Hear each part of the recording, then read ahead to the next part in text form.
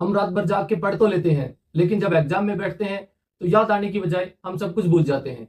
ऐसा सिर्फ आपके साथ नहीं, हर किसी के साथ होता है।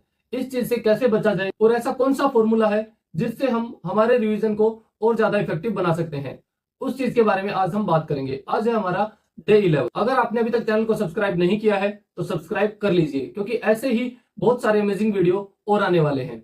रिवीजन का मतलब सिर्फ पढ़ना नहीं होता है। एग्जाम में हम देखते हैं कि हम पढ़ते तो बहुत कुछ है, लेकिन एग्जाम के टाइम पे याद नहीं आता, कुछ भी भूल जाते हैं, प्रॉब्लम होती है।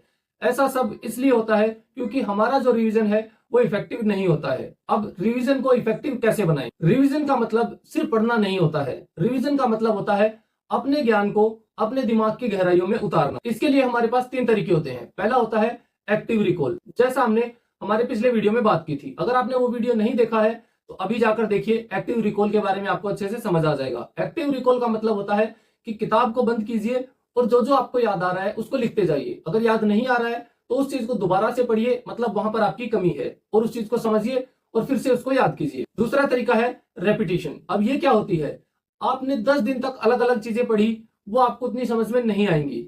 आपने एक चीज को कितनी बार पढ़ा, वो चीज आपके लिए ज्यादा मायने रखती है। और तीसरा है आपके खुद के नोट्स। आपने जो नोट्स लिखे हैं वो किसी और की लैंग्वेज में नहीं होने चाहिए। वो नोट्स आपकी खुद की लैंग्वेज में होने चाहिए, शॉर्ट होने चाहिए, माइंड मैप होना चाहिए। आपको खुद को पता होना चाहिए कि कौन सी चीज क्या है। दूसरे को समझ आना जरूरी नहीं है, इसलिए अपने खुद के नोट्स खुद डिजाइन कीजिए। और महाभारत में भी लिखा है कि जो चीज बार बार दोहराई जाती है वो ही हमारी स्मृति बन जाती है। आज से ही अपना रिवीजन इफेक्टिव तरीके से कीजिए। मिलते हैं आपसे डे 12 पर।